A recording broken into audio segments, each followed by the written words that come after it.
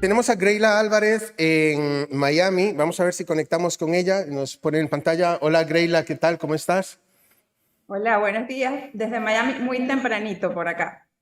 Estoy seguro que sí, ¿no? Este no era el momento de haberse levantado y haberse arreglado, pero bueno, muchísimas gracias por conectar con nosotros. Greyla, ¿quieres presentar a Námica? Sí, seguro. Buenos días, saludos a todos. Un gusto estar acá colaborando remotamente. Dirijo tres empresas que, si bien son independientes, están relacionadas en el objetivo de servir a las instituciones de educación superior en el cumplimiento de sus objetivos de expansión y de fortalecimiento de su calidad. Námica, que es una consultora de nicho especializada en la definición de estrategias para el crecimiento de las instituciones y sobre todo expansión internacional. Benchlab, que es un portal de análisis de mercado de la educación superior, que funciona mucho como herramienta para la toma de decisiones. Y Virtualet Global, que es un integrador de tecnología que ofrece soluciones llave en mano, facilitando la implementación de diversas tecnologías en una institución, sobre todo conociendo los procesos y toda la funcionalidad que está detrás para que esa implementación sea exitosa.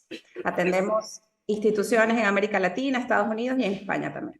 Greyla, voy a hacer la primera pregunta difícil del panel, ¿sí? Que es, ahora que hemos escuchado los casos del punto en donde están las distintas organizaciones de educación y donde se han tenido que ubicar, y hablar de esa innovación tecnológica y que que deje de sonar a esa promesa, ¿no? Que pareciera algunas veces inalcanzable o difícil para los centros de educación, y tú que estás hablando con no 10, sino cientos de ellos, a ver cómo nos ayudas cómo se convierte esto en un activo para las organizaciones y que puedan crecer, servir mejor, etcétera.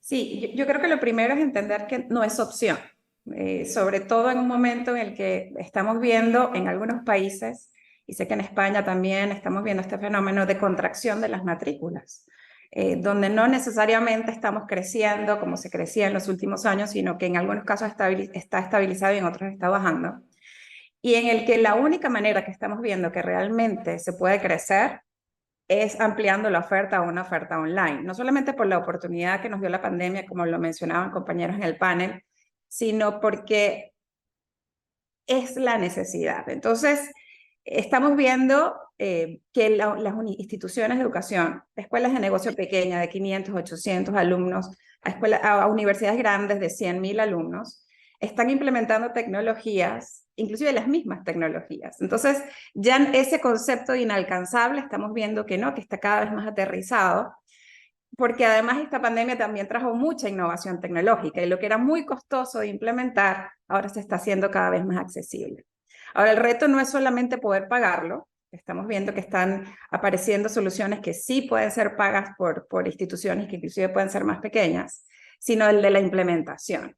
Y ahí es donde del reto principal, y traigo quizás a colación lo que mencionaba Alex de la gestión de cambio, no solamente que podamos comprarla, sino que nuestros equipos dentro de las instituciones y el equipo de ese socio tecnológico tengan la capacidad de transformar un sistema, cualquier innovación, en la solución de un proceso que va a atender al final a un estudiante y que va a apoyar a los procesos de gestión que tienen los docentes y los administrativos.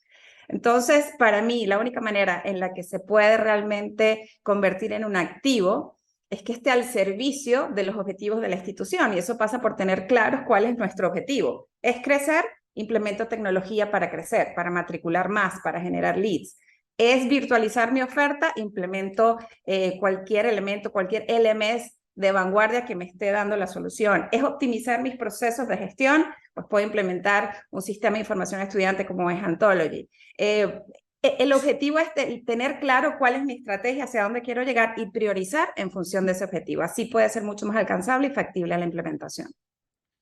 Sí, nosotros en particular, como somos más consultivos para la tecnología, somos agnósticos, somos implementadores de la tecnología que necesita la institución.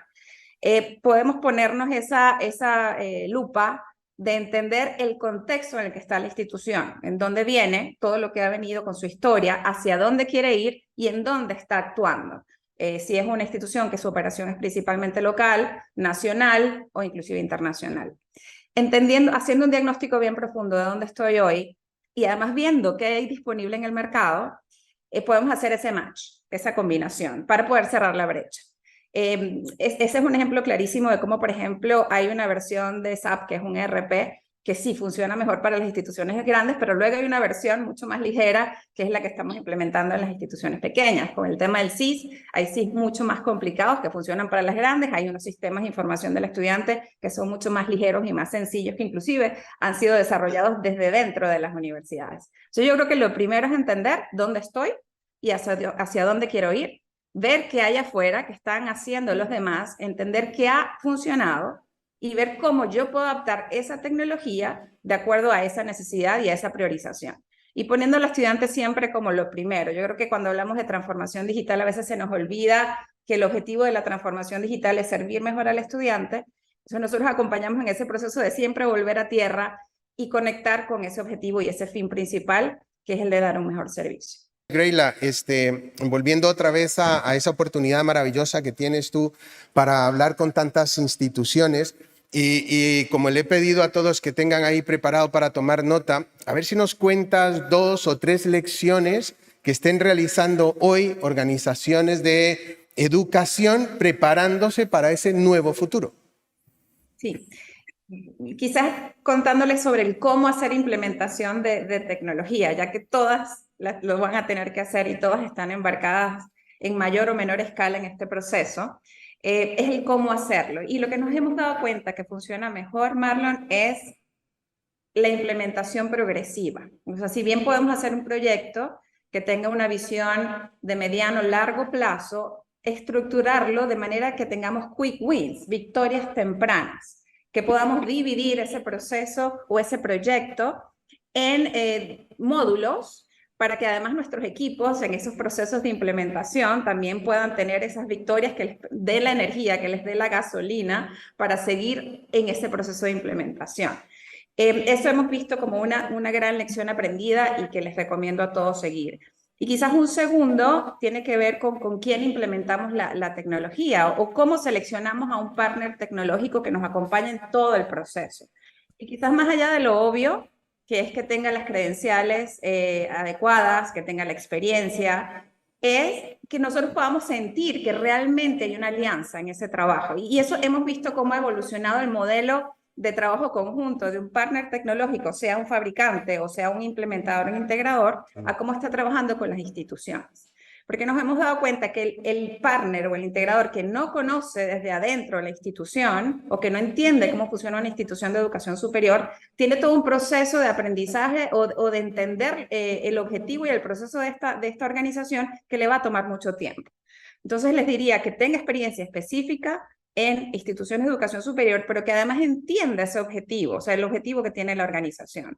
Que pueda trabajar codo a codo con los equipos, que se arme como si fuese un solo equipo, ojalá con procesos de agilidad, que puedan lograr una metodología que les funcione a los dos y que haya realmente un compromiso en que los objetivos se logren y que quizás en algunos casos hasta estamos viendo pagos y compensaciones en función del logro de objetivos. Yo creo que es parte de la evolución del modelo también.